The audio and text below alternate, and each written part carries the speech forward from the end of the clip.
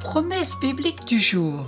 Aujourd'hui, une petite histoire pour nous faire réfléchir. À quoi sert le sel? Lisons dans Matthieu chapitre 5 verset 13, dans la parole vivante d'Alfred Cuen, où il est écrit « Ce que le sel est pour les aliments, vous l'êtes vous pour cette terre. Si le sel devient insipide, avec quoi lui rendra-t-on son pouvoir salon? Il ne sert plus à rien. Il n'y a qu'à le jeter dehors où il sera piétiné par les passants. » Un jour, on étudiait dans un cercle biblique ce fameux passage sur le sel. Le président posait la question. Puisque le chrétien doit être le sel de la terre, il nous faut savoir quel est le rôle du sel. À quoi sert-il? Tout à coup, il y eut un silence. Chacun réfléchissait. Tout à coup, on entendit une petite voix, celle d'une petite fille que sa maman avait amenée avec elle. « Oh, moi je sais, le sel, ça sert à donner soif. » Sans doute se souvenait-elle d'un jour où la soupe ayant été trop salée, elle avait eu très soif. Il y eut quelques rires, mais le président de la réunion